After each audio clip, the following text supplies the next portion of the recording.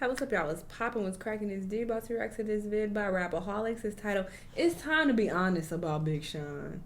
Damn. He just dropped an album. I downloaded it. I haven't started listening to it yet, but I definitely plan to listen to it slowly but surely. I have for sure liked Big Sean's music in the past, but I never felt like he really lived up to his potential, to be honest. But let's hear what they have to say about him. Let's watch. Yo, what's up, y'all? This kind of Louis Vuitton Don. I just want to shout out to my dog, new good music artist, Big Sean. The first thing I've ever done was sign Big Sean. That's a beautiful thing. Oh, that's a beautiful thing. Yo, Wait. The worst. He did the worst. The worst. I want to start this video off by saying that Big Sean makes amazing music. I don't want this to seem like a Big Sean hate video. Big Sean is a top 10 mainstream rapper from the 2010s decade. And the downfall of Big Sean doesn't stem from his art itself. It stems from the artist himself. What I mean by that is Big Sean is Big Sean's own worst enemy. And with the drastic changes hip-hop has seen in the last 10 years, the only one that stopped Sean from being a part of that big three with Cole, Drake, and Kendrick is himself. Well, and the fact that it's a big three and there's already 3 rappers in it. Yeah, I'm about to say, in the room. But Sean was on a very similar trajectory success-wise to the big three for a long period of time. And somewhere along the way, he lost his step and fell way behind. So in this video, let's understand what went wrong for Sean and how he could redeem himself and make the comeback that he deserves and seems to want. There's a lot of little nuggets in both of their disses that if it wasn't for these breakdowns and salute to guys like this, Rapaholics, because I think they directly get it. Now, before we get into it, let's shout out the sponsor for today's video, 5 Y'all go support. to have the confidence to do career.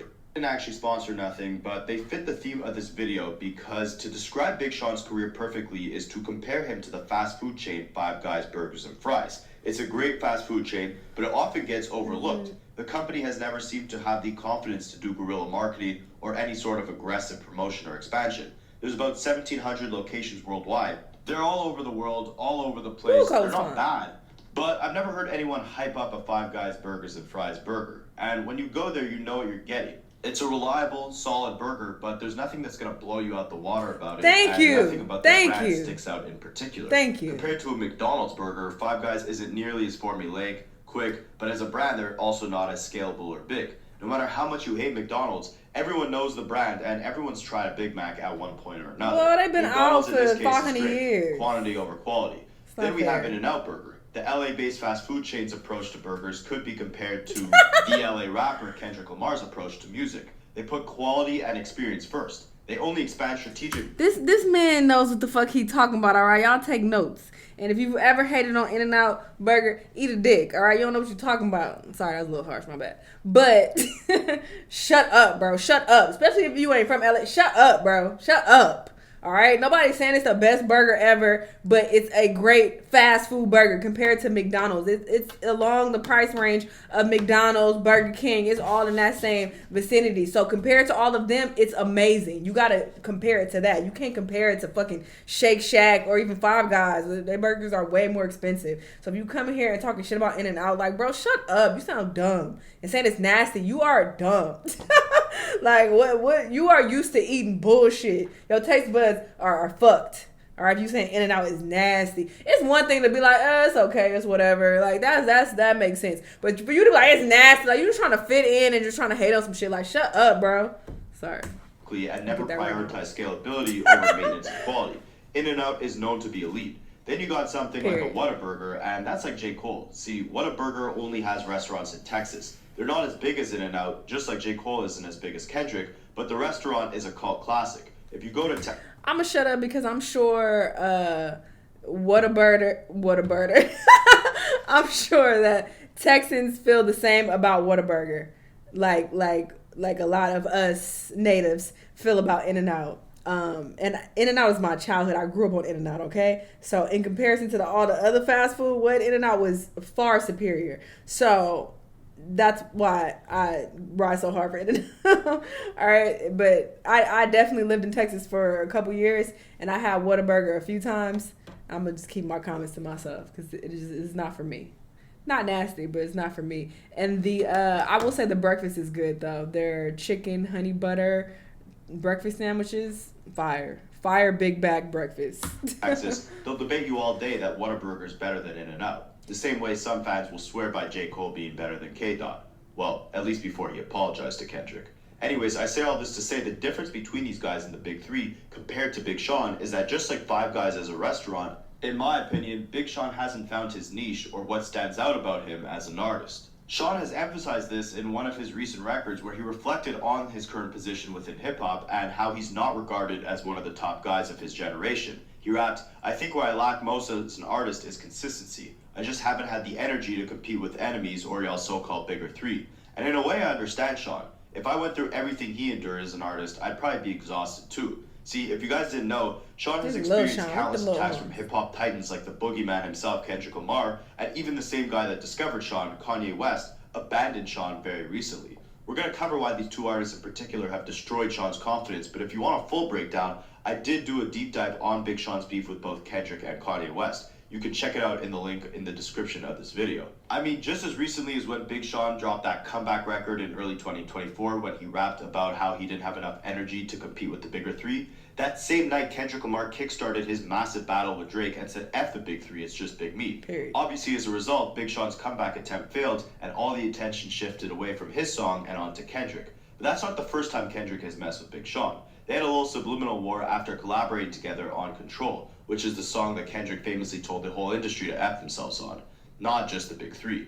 Again, I have a full deep dive of Big Sean and Kendrick's back and forth, so I'll leave it in the link in the description, but basically Kendrick rapped directly to Sean on his 2017 record, The Hard Part 4, saying, "My fans can't wait for me to sun your punk butt and crush your whole little career. All big pun, you punk butt. You're a scared little female dog." Now, at the time, many people thought this was a warning shot for what was to come just a few weeks later on Kendrick Lamar's album Damn. But on Damn, we got no disses at Big Sean. The most we got was a song called Element, where Kendrick rapped that if he had to smack a scaredy cat, he'd make it look sexy. But ironically, in 2023, a different version of that Element record would leak, and it featured the crash out that everyone was expecting to see on Damn. Kendrick went off on Big Sean, rapping, "Big Sean keeps sneak this and I'll let it slide. I think his false confidence got him inspired. I can't make them respect you, baby. It's not my job. You're finally famous for who you date, not how you rhyme. Cue raps, get your puberty up, then make you a classic album before you come at us." Speaking of him being more famous for who he dates and not how he rhymes, that's another problem fans seem to think that Big Sean now has in his life. That's so crazy, because when I listened to that, I was like, is this AI? Like, I didn't know what to believe, but now I know it was not AI. I know that was very real. He's been with Janae Aiko for over a decade now. They have a kid together. They've been on and off, but recently Big Sean said that they have some things to work out before they could even think of marriage. Anyways, this isn't a gossip or relationship channel, so we won't dive deep into that, but it's important to note that there's been a lot on Sean's plate that eventually caused him to break down on an Instagram live the other night. He started talking about his album, and then mysteriously he had to walk out of the frame to hide his tears and regain his composure. We're going to discuss everything that he said in the Instagram live about his current situation and about his album. But aside from relationship issues or him feeling like he doesn't have the energy to compete with or respond to jabs that his peers like Kendrick sent his way, a lot of the confidence that Sean appears to have lost in himself as an artist stems from his relationship with Kanye West. See, Big Sean signed to Kanye back in 2007. He's always been at Kanye's beck and call. He's written on Kanye's classics like Graduation, Dark Twisted Fantasy, 808s. He was always there for Kanye, but he never really saw that same love reciprocated on Kanye's end. Kanye never put Sean on any of his albums except for a deluxe track off My Beautiful Dark Twisted Fantasy, and Kanye's always seemed to show more attention, love, and praise to other artists within Sean's generation. And again, I think this stems back to the fact that Sean never really had something about him that stood out massively or something he did drastically better than his peers. That's why I think Kanye always kind of put him on the back burner or neglected him as a mentor. And on a bigger scale, I think that's why it's been hard for him to compete with that bigger three today in hip-hop. When Sean was coming up on Good Music, he was lyrically an underdog compared to the Good Music president Pusha T or Ye's ghostwriter Sahai the Prince. He also didn't make hits as effortlessly as a guy like 2 Chainz. He couldn't sell that nice guy image as well as Chance the Rapper. And he didn't take any controversial, edgy risks stylistically or sound-wise like a Kid Cudi or a Travis Scott did. So for those reasons, Kanye always gravitated more towards the rappers I just mentioned, like Chance the Rapper, 2 Chainz, Travis, etc., more than he did to Big Sean. In fact, in a 2021 interview with Drink Champs, Kanye said the worst decision he ever made in his career was signing Big Sean, and on his tombstone it should say, "I deserve to be here because I signed Big Sean." Now, these comments were extremely left field. Kanye claimed to feel this way because Big Sean didn't support him running for president. And again, I did a whole breakdown on Kanye's beef with Big Sean. You could check it out in the link in the description. This video is more to understand where Big Sean's lack of confidence stems from. Anytime he sends a subliminal shot at someone, he instantly walks it back. He sends out sneak disses, but then he gets scared whenever there's actual smoke. He gets on record and says he doesn't have the consistency or energy to compete. He gets on the internet crying about the hardships of creating his album. Again, I'm not trying to hate. I do think Sean is an amazing artist. I just think there's an apparent lack of confidence that has held him back from doing bigger things. And that's why he's in a tough spot today. See, in classic Sean fashion, fans thought he was taking subliminal shots at Kanye on a freestyle this summer. So a bunch of Kanye West fans got together to leak Big Sean's album. Big Sean denied that he was dissing Kanye, and he ended up having to rework the album, and it just came out as I'm making this video. Funny enough, after releasing this video, I'm about to go listen to it, and I'm sure it will be good. His last 2 albums were good, but the problem with Sean is that a pretty good album won't get him anywhere. Like Kendrick said in that unreleased diss on Element, if Sean wants to be considered one of the top guys, he needs a classic. The only album you could potentially say comes close to a modern-day 2010s rap classic would be his project Dark Sky Paradise, and a lot of the best records on that project were carried by the features. Songs like Blessings, Deep, All Your Fault, One Man Could Change the World. The thing is, again, with Big Sean, he's a good rapper, but he hasn't been able to live up to the moment that Dark Sky Paradise was, and none of his new work truly stands out the way that his peers' work does. He doesn't go deep on social issues like Kendrick does. He doesn't have strong concept albums or records like J. Cole does. He's got some hits, but not as many as Drake. And with the climate of hip-hop today, even though Sean's music has been maturing and you could hear a positive change in his perspective on life, rap today is in a different space than it was in the 2010s. And it's a problem bigger than Sean, but Sean suffers as a result. See, the music industry today is more about personality, aesthetic, and reputation than it is about music. In the 2010s, you had guys like Wale, Meek Mill, Schoolboy Q, who were running the new school of rap. They had personality in their music, but they didn't need to focus on anything outside of progressing as a rapper. What they wore, how many hits they had, how visible they were on social media, none of that mattered. It was just the music. Now you need something extra. You got the leaders of the new school like Cardi, Travis, Uzi, Thug, and they're all mysterious, edgy, they experiment with crazy voices and sounds. Then you got rappers like Tyler, the Creator, who've been able to maintain relevance by changing his sound with each album and keeping his music refreshing and exciting. You got Future, who's cracked the code to making consistent bangers. Obviously, you have the big 3 that have the bars, the hits, the classics, and everything. And other than that, basically every other rapper in the game right now sells under 50K the first week. So when I say that Sean can't just settle for a quote-unquote pretty good album, what I mean is he was one of the most successful artists of the 2010s. Whether Kanye thinks it was a mistake signing him, he was one of the biggest rappers last decade, and the reason why I think he hasn't maintained that title is because he's let his insecurities get in the way of trying to elevate his sound. I think A$AP Rocky suffers from a similar issue, but that's a topic for another video. But yeah, a lot of Sean's insecurities came to light on an Instagram Live a few days before he released his album, when he was talking about the album, and he said, "I'm a chronic overthinker. I'm a chronic constant worker, and I've been having a hard time lately, straight up. It's not been easy, but it's worth it. The whole concept of the album is like better me than you. So when you go through your issues, it's like you're the one who can handle it. It gets hard. Your faith gets tested." As he was saying this, Sean started to choke up and hold back tears. It was getting hard for him to speak, so he left the room to gather himself. He came back and started talking about the challenges of making his new album and dealing with criticism. He said, "When you make art, you put a lot into it. I am definitely a chronic overworker, overthinker, and I've been dedicating a lot of my life to it. I don't try and read what everybody says. It's hard because you do care about your stuff. I try and stay focused on the path and keep the music focused on what I want to do, no matter what people think. Sometimes if you read too much into things, the internet can suck the fun out of it. Just anything you do. So as an artist, expressing yourself is important to me to stay on that path." Big Sean then said his mom was the one who recently helped him rediscover his confidence. More specifically, he said, "My mom called me and she was just giving me them words. And I was just like, look, I can keep working and make it exactly how I want it, and I'll just keep pushing it back forever. Or I can believe in this firework that I got right now, and that's what I'm gonna do." I appreciate my mom for being that guardian angel and always giving me that advice. She really talked me through it for real.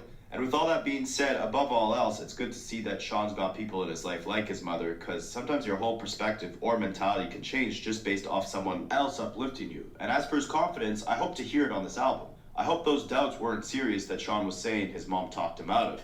And I hope going forward he remembers the accomplishments he had, especially in the mid to early 2010s. I hope he doesn't let what guys like Kanye or Kendrick say hold him back, and instead I hope we see him channel that negative energy into a newfound confidence. Because I'll be honest, while Big Sean does sound like he's been maturing overall in his music throughout the years, I haven't heard him sound very confident as a rapper since Dark Sky Paradise. And that was the last time he had massive mainstream success, and that was the last project that people could even consider as somewhat of a newer age classic. And there's no perfect remedy to overthinking, right? And that overthinking can kill you. That could be what causes these insecurities that make his projects and his overall rap suffer as a result. But he's taking the right steps by surrounding himself with people who are always looking out and have his best interests at heart. But at the same time, confidence is something you gotta find on your own. So as great as it is to have your mom by your side, Big Sean's gotta find that confidence within himself. All I know is I can't do another album full of Sean sneak dissing and then walking back all these disses saying he's not actually dissing anyone. Let me know what you guys think in the comments. He know what he's talking about, okay? I agree with a lot of what was stated here.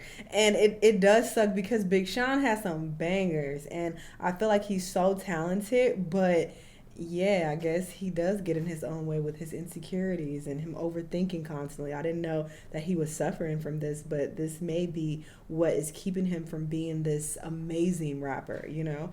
But I'm definitely going to check out the album. If y'all listen to it, let me know what y'all think about it.